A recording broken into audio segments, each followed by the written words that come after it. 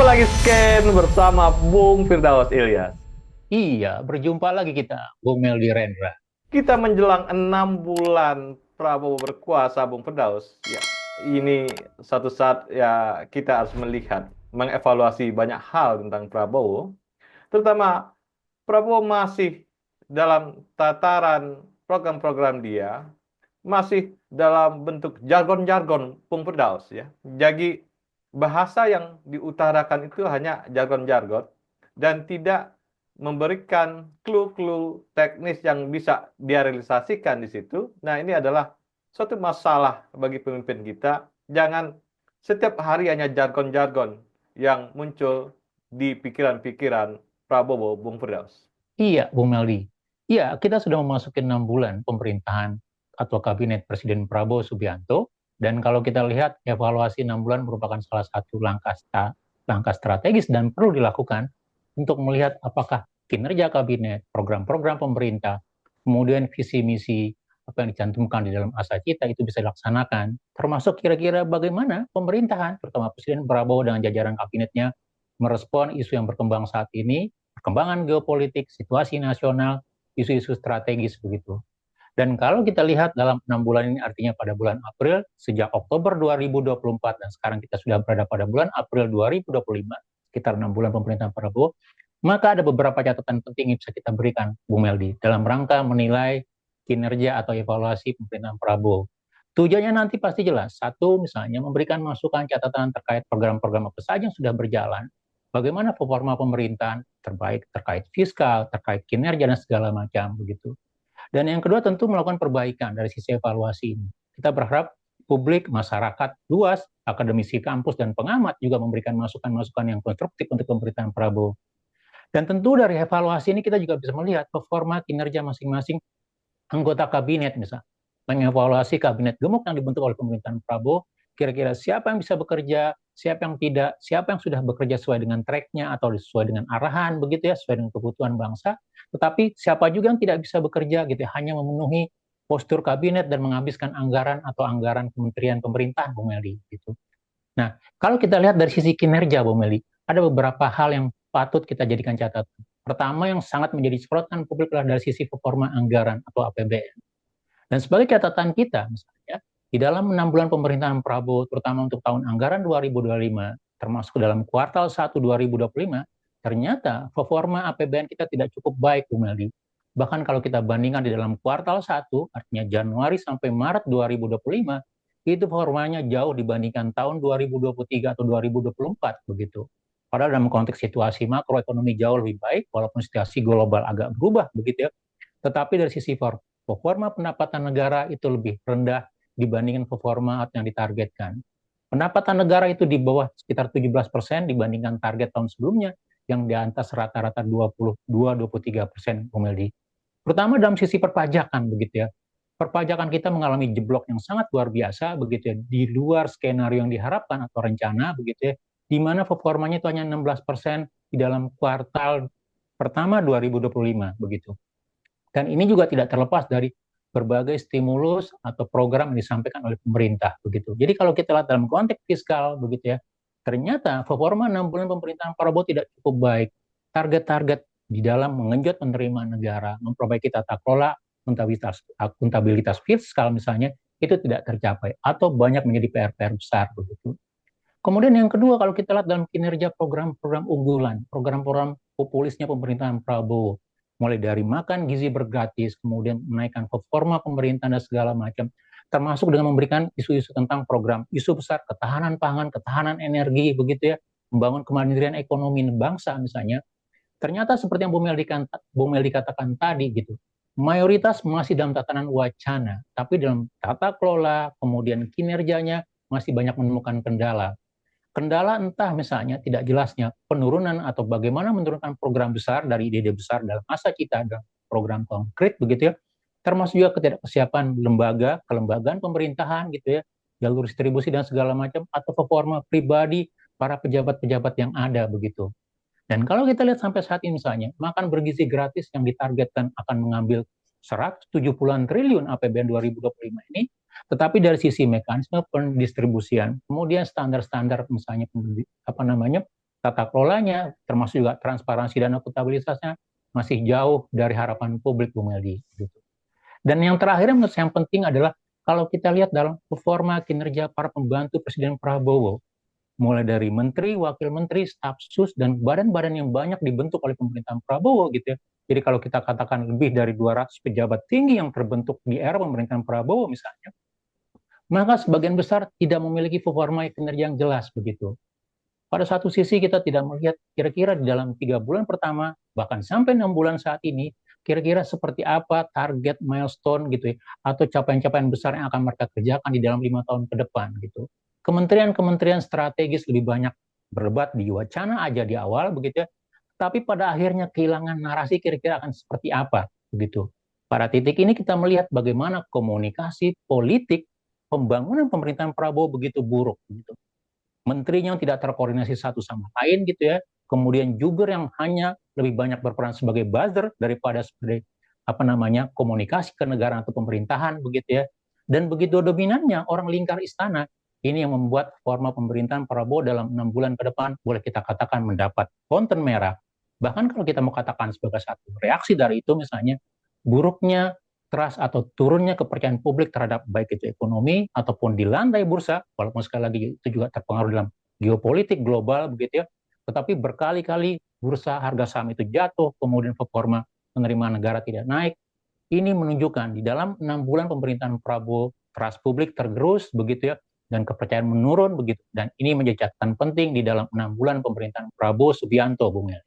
Kelemahan Prabowo Subianto, Bung Firdaus, adalah sistem komando yang dia anut dalam sistem kabinet yang sekarang ini. Sistem komando baik dalam sistem loyalitas dari menteri-menterinya, tapi akan buruk dalam sistem kreativitas ruang kerja menteri-menterinya.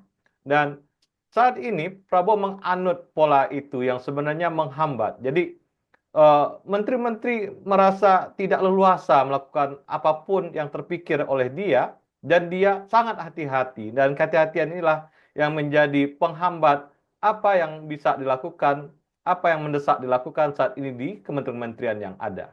Iya, kalau kita lihat memang pada satu sisi di dalam alur kinerja atau flow kinerja pemerintah antar kementerian dengan presiden begitu ya.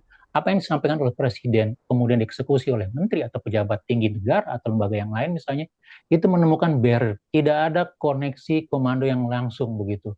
Satu sisi kalau kita lihat begitu kuatnya inner circle kekuasaan pemerintahan Prabowo begitu ya, baik itu di level Menko ataupun juga staf-staf politik atau yang lain, bahkan misalnya staf khusus misalnya itu yang memberikan semacam batasan tidak terjadi komunikasi langsung begitu.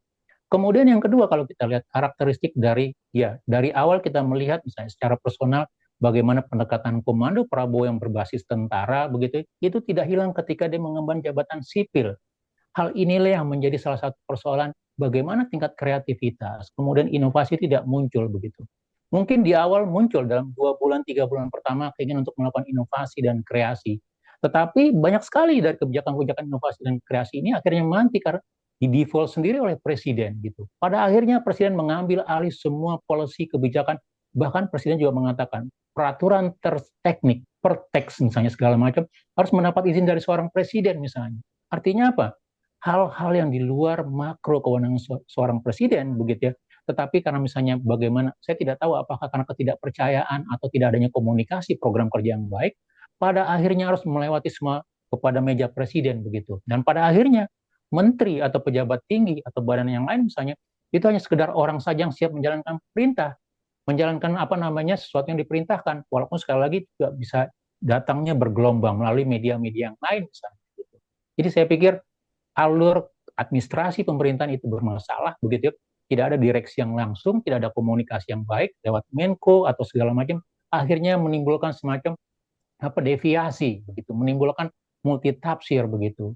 Dan yang menarik juga kalau kita lihat bagaimana seorang Sri Mulyani misalnya yang tadinya begitu lincah dalam bergerak dalam apa melakukan inovasi dan segala macam, pada akhirnya juga terpuruk dalam rantai komando yang tidak jelas memberikan apa ya semacam aksi-aksi cepat dalam rangka misalnya membangun keuangan atau ekonomi negara misalnya. Jadi kalau kita lihat bagaimana sekarang Kementerian Keuangan juga salah satu menteri yang terbuka, yang tadinya terbuka sekarang menjadi agak tertutup.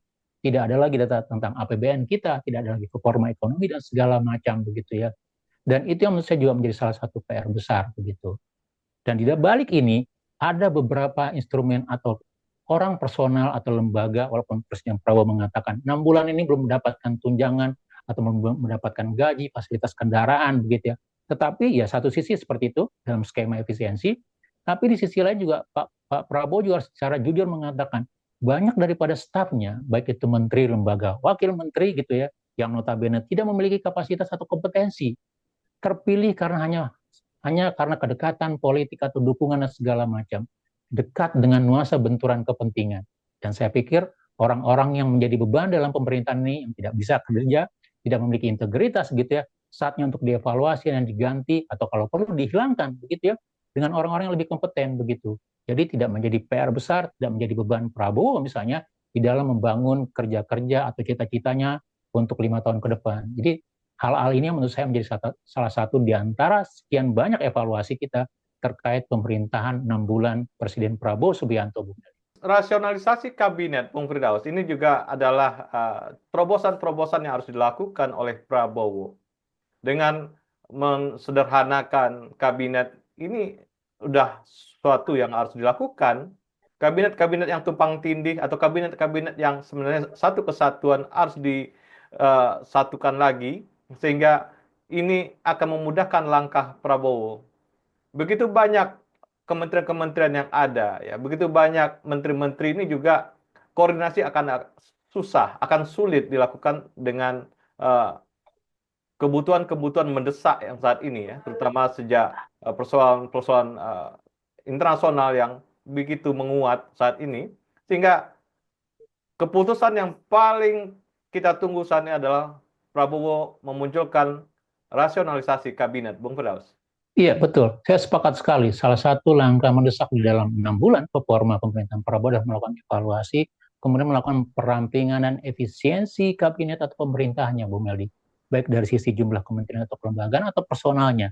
Karena kita lihat banyak sekali misalnya staf sus, baik itu di internal pemerintahan, di lingkar presiden sendiri, ataupun juga di lingkar kementerian, begitu. Belum lagi badan-badan atau lembaga yang lain.